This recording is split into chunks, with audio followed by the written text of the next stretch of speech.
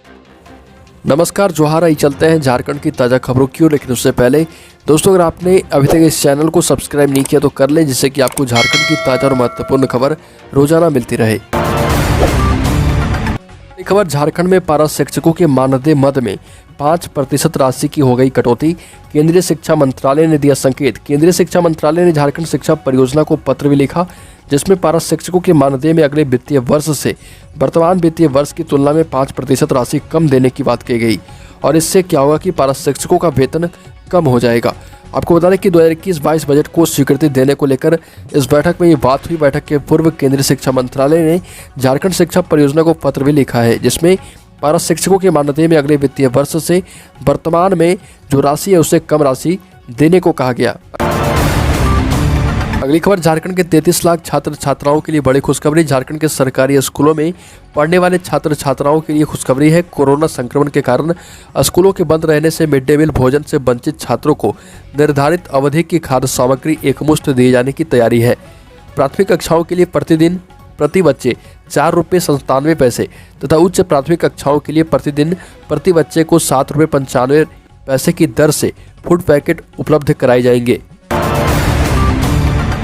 AJSU supremo Sudesh Mahato, सांसद चंद्र प्रकाश चौधरी सहित कई नेताओं ने रांची सिविल कोर्ट में सरेंडर किया। झारखंड हाईकोर्ट के आदेश पर कोर्ट ने सुदेश महतो सहित अन्य को अग्रिम जमानत पर रिहा करने का कोर्ट ने आदेश दिया है। इस दौरान उनकी ओर से 25-25 हज़ार का बेल बॉन्ड भी भरा गया। आजसू पार्टी की ओर से ओबीसी आरक्षण की मांग को लेकर सीएम आवास का घेराव किया गया था, जिसके बाद लालपुर थाने में सुदेश महतो सहित अन्य नेताओं के खिलाफ प्राथमिकी दर्ज की गई थी। एक बार झारखंड में फिर से मिले कोरोना के मरीज। रामगढ़ और सरायकेला में एक तथा सिमडेगा और पश्चिमी सिंहभूम में 2 एक्टिव केस मिले हैं। राज्य में 20 नए संक्रमितों की पहचान हुई है। ये सभी नए संक्रमित 10 जिलों से मिले हैं।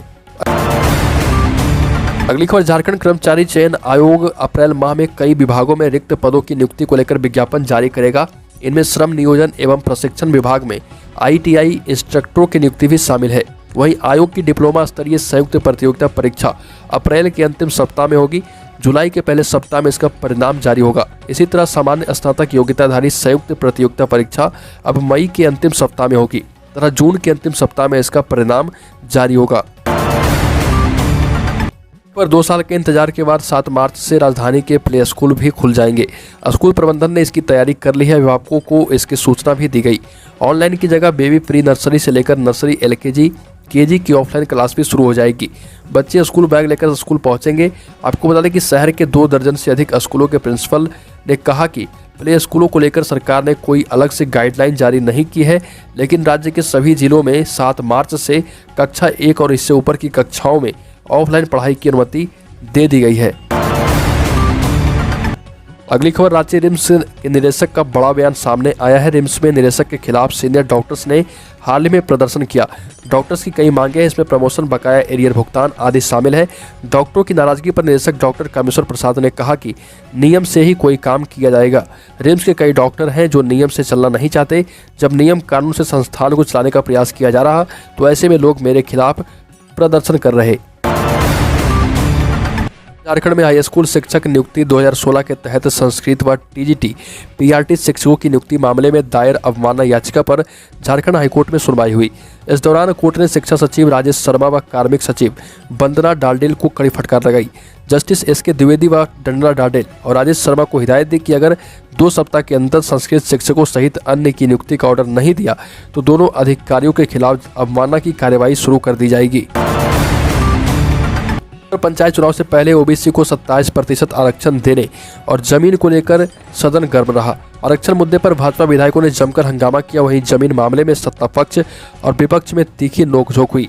झारखंड मुक्ति मोर्चा विधायक लेविन हेम्ब्रम ने कहा कि राज्य में जमीन और नौकरी की लूट हो रही, जमीन बचेगी तभी यहाँ के लोग बचेंगे।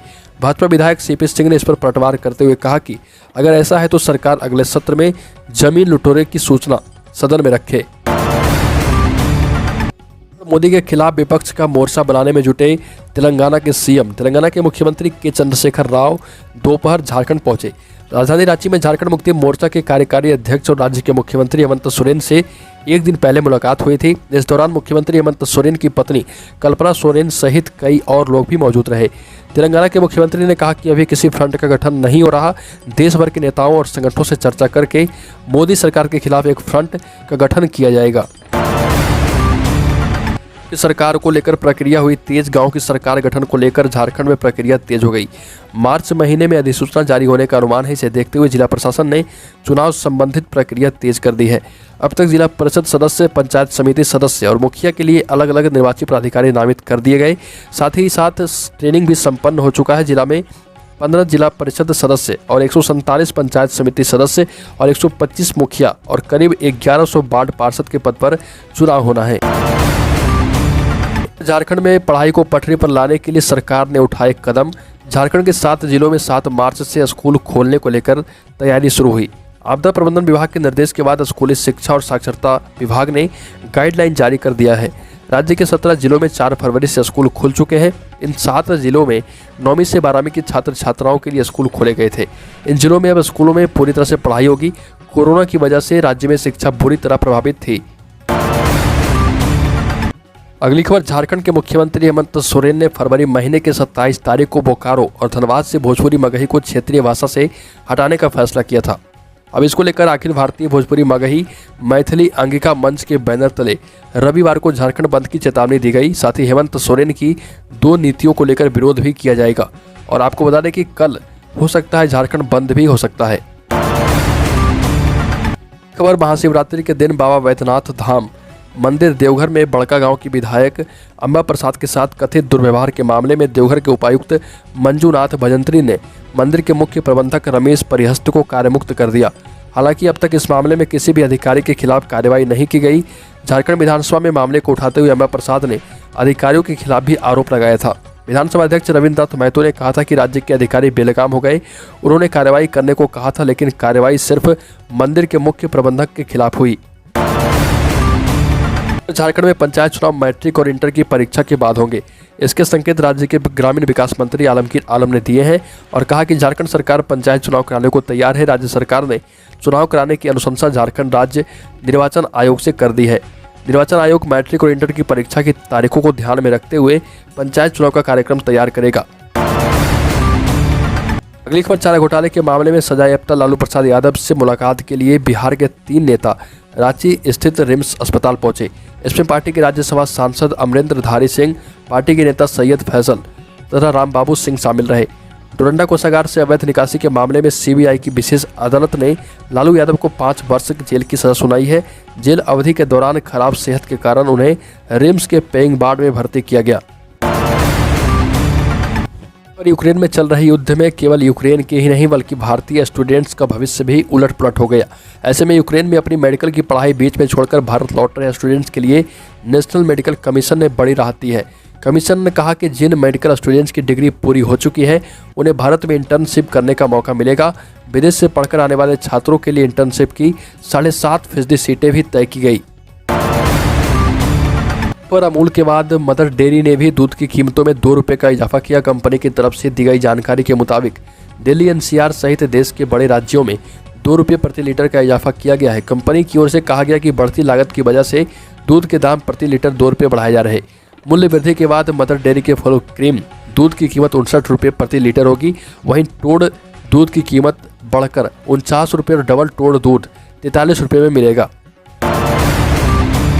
पूर्वी यूक्रेन के खार्किव, सूमी और पिसोचिन में फंसे भारतीय स्टूडेंट्स को निकालने के लिए भारत सरकार बसों की व्यवस्था कर रही है।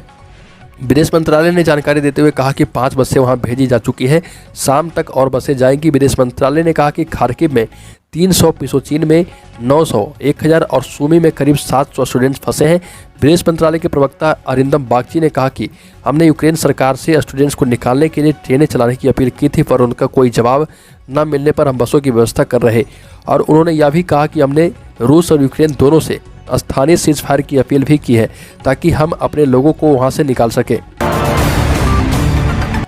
रूस यूक्रेन की जंग जारी है। यूक्रेन पर रूस के हमले पर कई देश रूसी राष्ट्रपति व्लादिमीर पुतिन के खिलाफ हो गए। रूस पर कई तरह की पाबंदियां भी लगाई गई। भारत साफ तौर पर हमले को गलत ठहराने से बच रहा। दूसरी तरफ अमेरिका और यूरोप रूस के सख्त खिलाफ हो गए। माना जा रहा है कि रूस के खिलाफ पाबंदियों का असर भारत पर भी पड़ेगा। मीडिया रिपोर्ट्स के मुताबिक अमेरिका उन देशों के खिलाफ सख्त रुख अख्तियार करेगा जो रूस से हथियार खरीदते हैं।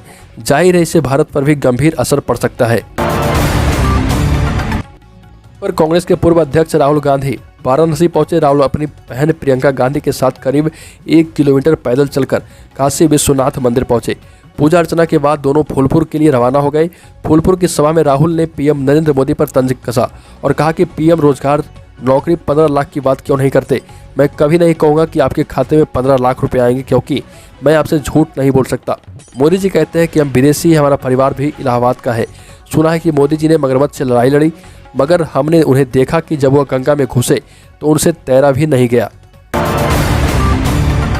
झारखंड की ताज़ा खबरों में अभी के लिए इतना ही। अगर आपने अभी तक इस चैनल को सब्सक्राइब नहीं किया तो कर लें, जिससे कि आपको झारखंड की ताज़ा और महत्वपूर्ण खबर रोजाना मिलती रहे।